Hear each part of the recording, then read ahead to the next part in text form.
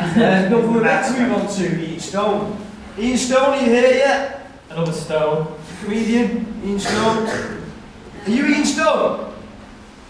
Surprised you just walked in, obviously. Okay.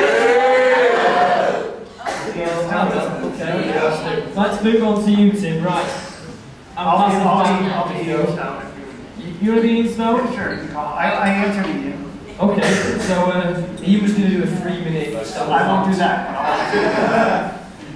Let's talk about Heroes and your other TV shows and where it all started. So obviously you've grown up. In Heroes is a huge part of comic books, and you refer to each season as a volume. Right. As comic books have volumes. Right. Growing up, were you into comics at all? Or? Not really that much, believe it or not. I actually had some sort of reading, undiagnosed kind of reading disorder where I never knew which way my eye should follow down the page, you know? So I just used to get frustrated. I'd look at the drawings, and then I just realized I was never really going to be that into them, and I sort of put them aside. And then when I had kids, and my son started getting interested, that's when I sort of picked them up again. So what led you to this industry? What led you to writing, producing, creating TV shows? I actually wanted to be I went to film school to learn how to, I actually wanted to be a cameraman, believe it or not.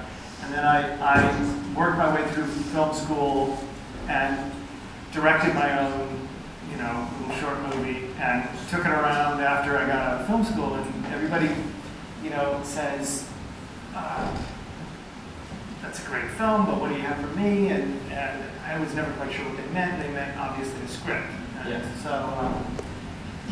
So I worked in production, as a camera operator and lighting, all that kind of stuff for a few years, and then I decided that I'd sit down and try and write a script, and so I wrote a script and went back to all these people that I had shown my student film to with this, script and got an agent and started going out on a bunch of meetings and pitching ideas. And the first thing I ever sold was I sold a freelance episode to the show Knight Rider. Amazing. Yeah. And it was one of these crazy things where I got hired like on a Tuesday and it had to be done the following Monday or something like that, So I turned in this thing and they paid me, more money than I made the entire year doing production stuff. And so I realized I was never going back to that job again.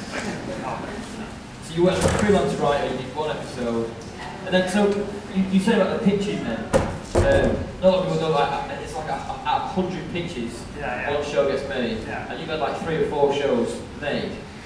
Then your most familiar show is Heroes. Could you take us through the sort of process you went through pitching that show? How did you approach the big guys? Heroes was a different thing because I had this show on the air for 6 years on this same network, NBC, called Crossing Jordan, and that was this show that I had done for all these years.